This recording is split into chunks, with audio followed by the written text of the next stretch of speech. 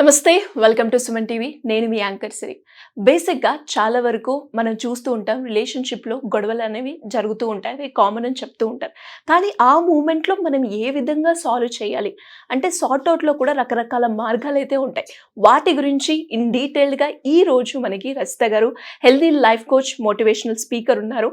And బేసిక్గా ఈ video ఇంతలా నేను చెప్పడానికి రీజన్ ఏంటి అంటే రిలేషన్షిప్లో గొడవలు అనేవి చాలా కామన్, కానీ అవే కొంచెం పెద్దగా అయితే అవి మన రిలేషన్ని దెబ్బతీసే అవకాశాలు చాలా ఉంటాయి. మరి అలా కాకుండా ఉండాలి అంటే ఖచ్చితంగా మీరు కూడా ఈ టిప్స్ని ఫాలో అయితే మీ రిలేషన్షిప్ చాలా హ్యాపీగా ఉంటుంది. దానికి మీరేం చేయాలి, కంప్లీట్గా ఈ వీడియో చూడండి.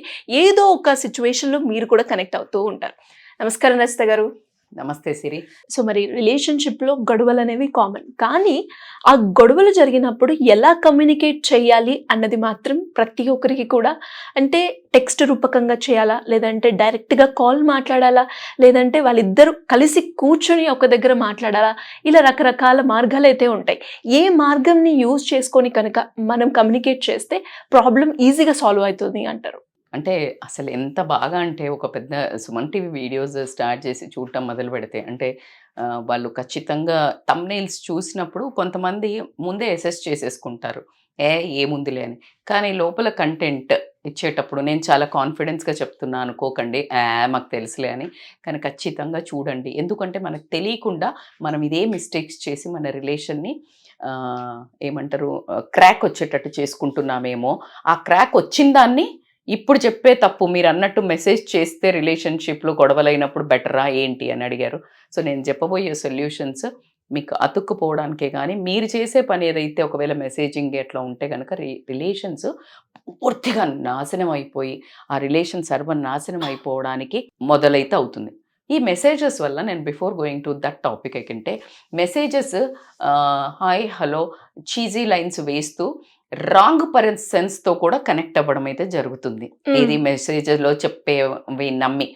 కానీ ఈరోజు మన పర్టికులర్ టాపిక్ గొడవలు అవుతున్నప్పుడు ఏదైనా డిఫరెన్స్ ఆఫ్ ఒపీనియన్స్ వచ్చి మనము ఒక బ్యాడ్ మూడ్లో బ్యాడ్ రివర్షన్ మోడ్లో వెళ్ళిపోయిన తర్వాత ఇంట్లో ఉన్నవాళ్ళు అనుకోనియండి, అంటే వైఫ్ అండ్ హస్బెండ్ అని అనుకోనియండి, పిల్లలు మమ్మీ డాడీ అనుకోనియండి, లేదు అంటే బాయ్ ఫ్రెండ్ గర్ల్ ఫ్రెండ్ అనుకోనివ్వండి, ఎక్కడ కానీ బేసికల్గా ఏమవుతుందంటే ఈ మెసేజెస్ అనేది somehow I'm not a messaging person అని పెడుతుంటే, ఎవరైనా చాలా మెసేజెస్ పెడుతూ ఉంటే నేను ఆల్వేస్ చెప్తుంటే I'm not a big messaging person.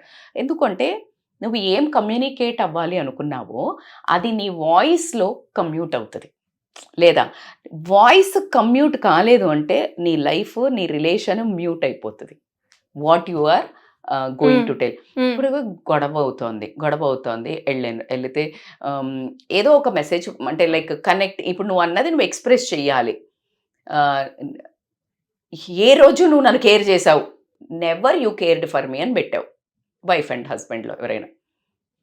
అంటే ఎట్లుంటుంది తెలిసి, ఇప్పుడు గొడవ మూడ్లో ఇట్లా అరుచుకొని వెళ్ళిపోయాను, ఆ వాయిస్ ఎట్లా వస్తుంది అంటే ఆయనకు కానీ ఆమెకు కానీ వినేటప్పుడు never you cared for me. కానీ ఇక్కడ ఉన్నట్టు never you cared for me ఎలా ఉంది? అదే పదం వాడా నేను. డిఫరెంట్, మీ వాయిస్ డిఫరెంట్, మీ ఇంటెన్షన్ అనంగానే అటువైపు అట్లా లేదురా అని వస్తుంది. అదే ఆయన కానీ ఆమె కానీ ఊహించుకుంది never you cared for me అంటే go to hell next message. ఎందుకంటే నేను కేర్ చేశా, నీకు అర్థం కాలా, దట్స్ యువర్ ప్రాబ్లం, ఇది message. Did you get that conversation? How is? So మనుషులు అంటే ఇప్పుడు ఫర్ ఎగ్జాంపుల్ నువ్వు విత్ హూమ్ యూ వెంట్ అని పెట్టాడు, బాయ్ ఫ్రెండో గర్ల్ ఫ్రెండో లేకపోతే నేను యాక్చువల్గా రీసెంట్గా నిఖిల్ది చూశాను. నిఖిలే కదా అబ్బాయి, ఒక ఇన్స్టా అది చేస్తుంటాడు, చాలా మంచి కాజెస్ చేసి చాలా కరెక్ట్ అనిపించింది. కరెక్ట్. ఇప్పుడు నువ్వు వైఫ్ని అడిగావు అనుకుందాం, లేకపోతే గర్ల్ ఫ్రెండ్ని అనుకుందాం, లేకపోతే బాయ్ ఫ్రెండ్ని అడిగిందాం, లేకపోతే భర్తని అడిగింది అనుకుందాం. ఎందుకంటే ఈ రిలేషన్స్ ఎక్కువ స్ట్రాంగ్గా నడుస్తుంటాయి కాబట్టి. పిల్లల్ని కూడా అమ్మాయి వెళ్ళింది బయటికి, అబ్బాయి వెళ్ళాడు, అమ్మాయిని అడుగుతారు మోస్ట్లీ కాబట్టి. With whom you are going with consent అడిగిన అడుకోవచ్చు. భార్య ఎలా వెళ్తున్నావు, ఎవరితో వెళ్తున్నావు అంటే కేర్ఫుల్గా వెళ్ళిందా లేదా అని. భర్తనేమో జనరల్గా క్యాజువల్గా మనకు నోటిద్దులు ఉంటుంది కదా, ఎవరితో పోతున్నావు అని వైఫ్ అడుగుతుంది. ఎవరెవరు వెళ్తున్నారు అని క్యూరియాసిటీ వైఫ్స్కి జనరల్గా క్యూరియాసిటీ ఉంటుంది. అంటిల్ అన్లెస్ నీకు ఇది ఎఫ్ఐఆర్స్ ఉన్నాయని మీకు డౌట్ లేకపోతే కనుక జనరల్గా అడుగుతారు ఫ్రెండ్స్ ఎవరితో వెళ్తున్నారు. అదే అమ్మాయిని నువ్వెవరితో వెళ్తున్నావు అనగానే డిస్ట్రస్ట్, అవునా? అదే బాయ్ ఫ్రెండ్ గర్ల్ ఫ్రెండ్కి అయితే డిస్ట్రస్టే కదా, అంటే నువ్వు నమ్మట్లేదా విత్ హూమ్. అది మామూలుగా అడిగేది ఎలా వెళ్తున్నావురా, ఎవరితో వెళ్తున్నావు అయి ఉండొచ్చు. అదే మాట నువ్వు ఫోన్ చేసి అడగటంలో ఎంత కన్సర్న్ కనిపిస్తుంది అంటే, వీళ్ళు ఒకవేళ మిస్టేక్ ఏమైనా చేస్తున్నా అక్కడ ఆపాలి అనే ఫీలింగ్ వచ్చేటట్టు నువ్వు మాట్లాడగలగాలి. అవునంటారా కాదంటారా? సో ఈ మెసేజెస్ అనేవి బంధాలను దూరం చేస్తాయి కాబట్టికే one call is always better. Call చేసి నువ్వు అనుకున్నది కమ్యూట్ చేయటము. సెకండ్, వీలైనంత వరకు ఇప్పుడు దూరం ఇండ్లలో లేని వాళ్ళు, లేకపోతే ఇప్పుడు గొడవ అయింది, ఇప్పుడు నువ్వు ఫోన్ చేసి రచ్చ చేసుకునే బదులు ఈవినింగ్ వచ్చే వరకు వెయిట్ చేసి కలిసినప్పుడు డిస్కషన్ చేయటం బెటరా కాదా? ఒకటి, నీ కోపం levels of intensity will reduce. Okay, తర్వాత నీకు చాలా యాంపుల్ టైం దొరుకుతుంది ఇద్దరు పర్సన్స్కి to space, to frame, to ask. ఇవన్నిటికీ ఒక సర్టెన్ మౌల్డ్ అయితే అవుతుంది స్క్రిప్ట్ తెలియకుండానే. అదే నువ్వు అక్కడికక్కడే నువ్వు మెసేజెస్ టక్ కొడుతున్నావు, అటువైపు కూడా ప్లానింగ్ లేదు లైఫ్లో. So answer to your feeling ఇస్తున్నాం అనుకుంటారు వాళ్ళు. సో కాబట్టికే ఒకటి, ఫోన్లో మాట్లాడడం బెటర్ సిరి. లేదు అంటే కలిసినప్పుడు వీళ్ళు కలవలేని వాళ్ళు ఉన్నారు అంటే దూరం డిస్టెన్స్ రిలేషన్షిప్స్ ఉన్నాయి, they can call and solve. ఫోన్లో మాట్లాడుకోవడమే. కానీ అయితే పాతకాలంలో చూడండి, ఫోన్స్ వచ్చి ఈ దిక్కుమాల మెసేజ్లు వచ్చి ఫ్రీ ఛార్జెస్ వచ్చినప్పటి నుంచి, ఫ్రీ అంటే తక్కువ కదా, ఒకప్పుడు మెసేజెస్ కూడా డబ్బులు పడేవి. ఇప్పుడు అట్లా లేకపోయేసరికి అసలు ఎంత దగ్గరున్న వాళ్ళు కూడా మెసేజెస్ పెట్టుకుంటారు. ఒకటే సెకండ్ ఆ మెసేజ్ కొంతమంది ఓపెన్ చేయక ఎంత అనర్థాలకి దారితీస్తాయి చెప్పండి. సో పాతకాలంలో ఈ ఫోన్లు మెసేజెస్ లేవు కదా, సో వచ్చాక కూర్చుని మాట్లాడుకునేవాళ్ళు. ఆ లోపల నేను ఇందాక చెప్పినట్టు కోపం చల్లారటమో, లేకపోతే ఆ విరహం, లైక్ డిస్టెన్స్ ఆఫ్ లైక్ అయ్యో ఎందుకన్నాను ఆ రిగ్రెట్. కొంతమంది ఎవరైతే గట్టిగా అరుస్తారో తప్పు లేకున్నా వాళ్ళకైతే ఒక రిగ్రెట్ వస్తుందా లేదా? వస్తుంది. సో దీన్ని ఆ రిగ్రెట్ రాకముందే మనం ఈ ఫోన్లు మెసేజెస్లో రెచ్చగొట్టుటన్నట్టు ఇంకా ఇన్స్టిగేట్ చేసి ప్రొవోక్ చేయటం వల్ల రిలేషన్స్ దాదాపు ప్రతి పిల్లలది కూడా ఇప్పుడు బయటికి వెళ్తారు వాళ్ళు, వీళ్ళు ఏమైనా చేస్తే ఇంకా బయటికి వెళ్ళి నేను రాను ఇంటికి, బయటికి వెళ్ళిపోయి మేము రాము ఇంటికి, నువ్వు వస్తావా చస్తావా, నువ్వు వచ్చాక చూడు నీ పని చెప్తా అంటే ఈ వర్డ్ నువ్వు మెసేజెస్లో పెట్టడం వల్ల ఏమవుతుందంటే వాడికి ఇంటికి రావాలంటే ఉతిదే భయం. మెసేజ్ పెట్టావు, అదే ఫోన్ చేసే నాన్న రారా నువ్వు తొందరగా, ఎంత డిఫరెన్స్ ఉంది. సో ఏది మెసేజ్ రూపంలో నీ మాడ్యులేషన్ ఆఫ్ వాయిస్ కానివ్వండి, నీ కమ్యూనికేట్ చేయాలన్న రిక్వెస్ట్ కానీ, ప్రేమ కానీ, నీ ఒక తపన కానీ, క్యూరియాసిటీ కానీ, లేకపోతే నీ ఒక ఆరాటం ఏదైతే ఉంటుందో ఆ రిలేషన్ని కాపాడుకోవాలనేది, ఎందుకు మిస్టేక్ జరిగిందని ఒకవేళ నువ్వు తప్పు చేస్తే ఎక్స్ప్లెనేషన్ ఫామ్, ఏది కమ్యూట్ కాదన్లా, కమ్యూనికేటే కాదు. సో ఎప్పుడైతే ఆ కమ్యూనికేషన్ అసలు కాకపోయినా పర్లేదు ఇఫ్ యు ఆర్ సైలెన్స్, కానీ రాంగ్గా కమ్యూనికేట్ అయితే గొడవలు పెరుగుతాయా పెరగవా? ఏంటి నువ్వు ఆ మెసేజ్ ఆ స్క్రీన్ షాట్లు తీసి నువ్వు అప్పుడు ఇది పెట్టావు, అవునా కాదా? So messages or in fact messages వల్ల చాలా ఇష్యూస్ కూడా ఈ రిలేషన్షిప్లో, ఈ love boy friend girl friend ఉండే వాళ్ళల్లో కూడా పిచ్చి మెసేజెస్ అట్లా పెట్టుకోవడం వల్ల కూడా వాటిని మ్యానిపులేట్ చేసి వాడి మనల్ని మళ్ళీ బ్లాక్మెయిల్ చేయడానికి కూడా వాడే అవకాశం ఉంది కొన్ని రిలేషన్స్లలో. సో కాబట్టికే వైఫ్ అండ్ హస్బెండ్కి అయితే డిస్టెన్స్ క్రియేట్ అవుతుంది. కాబట్టికే whatever you have to speak first call చేయండి. బట్ ఏ గొడవకైనా సమయం అనేది ఖచ్చితంగా గ్యాప్ తీసుకోవాల్సిందే. ఎందుకంటే సమయమే, సైలెన్సే, నీ స్మైలే చాలా సాల్వ్ చేస్తుంది. సో కాబట్టికి చాలా గొడవలు 60% కారణం లేనివే ఉంటాయి మన రిలేషన్లో, వేరే మూడ్ ఇన్ఫ్లుయెన్స్ అయ్యో, వేరే సిచ్యుయేషన్ ఇన్ఫ్లుయెన్స్ కాబట్టికే అక్కడ ఆ చేతులు దులిపేసుకుంటే మళ్ళీ కాల్ చేసినప్పుడు దీన్ని రిఫరెన్స్ తీసుకొని క్యాప్షన్ పెట్టి ట్యాగ్ లైన్తో స్టార్ట్ చేయకుండా అన్నం తిన్నారా, లేకపోతే బాగున్నావా అని అడిగితే ఓకే ఈ టాపిక్ ఇప్పుడు లేదా అని కూల్ డౌన్ అవుతారు అటు వాళ్ళు కూడా. సో కాబట్టి మెసేజెస్ ఇస్ ఆల్వేజ్ నేనైతే ఒక 70-80% చెప్తాను. ఒకటి రాంగ్ రిలేషన్స్లో ట్రాప్ అవ్వడానికి, రెండోది మన ఏదైతే చిన్న మిస్అండర్స్టాండింగ్స్, డిఫరెన్స్ ఆఫ్ ఒపీనియన్స్ ఉన్నాయో వాటిని కమ్యూనికేట్ మెసేజ్లో చేయడం ఉన్నంత దౌర్భాగ్యం కానీ బ్యాడ్ స్టెప్ కానీ ఇంకొకటి లేదు. ఎందుకంటే ఇంకా రిలేషన్ని తెగేదాకా తీసుకెళ్తాయి కాబట్టి చక్కగా మంచి ఒక ఫోన్ కాల్, ఒక చిన్న బెల్లం ముక్క, ఒక చిన్న స్వీట్ తినో స్టార్ట్ చేయండి. మంచి మాటలు వస్తాయి. మూడ్ డౌన్ చేసుకొని ఈ వీడియో చూసి స్టార్ట్ చేయండి. అసలు గొడవనే కంటిన్యూ చేయరు మీరు. అండ్ సెకండ్ వచ్చేసి కలిసినప్పుడు మాట్లాడుకోవడము.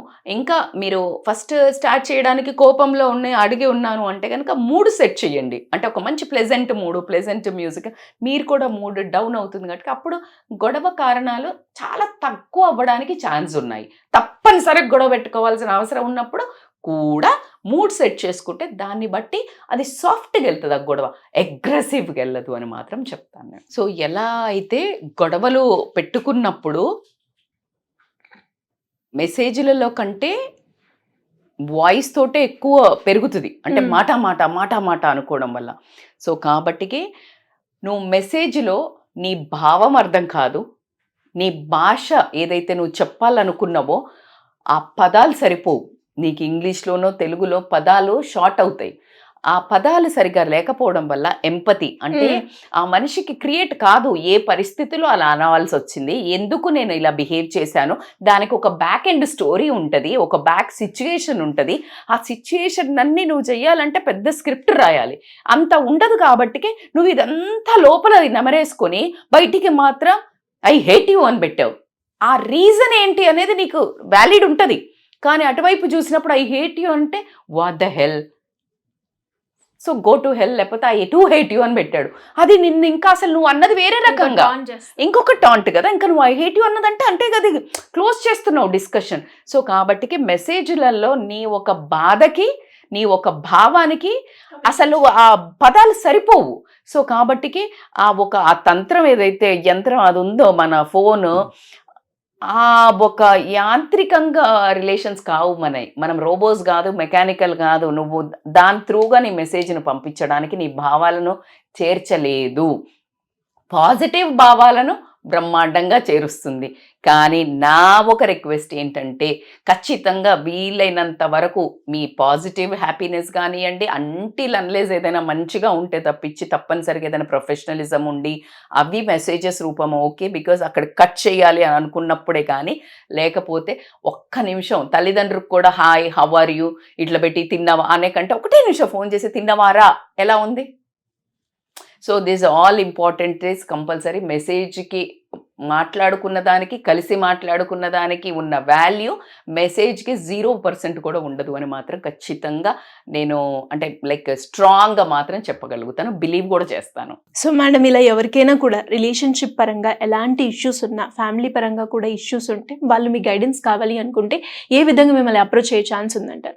తప్పకుండా. నాకు తెలిసి ఈ కైండ్ ఆఫ్ మిస్టేక్స్ చాలా మంది మేము చేస్తుంటాం. బికాస్ ఆఫ్ దట్ మిస్అండర్స్టాండింగ్స్ ఇంకా ఎక్కువ అయిపోయి ఉంటాయి. అది కొంచెం మనమే కరెక్ట్ చేసుకోలేనంత వరకు వెళ్ళి ఉంటాయి.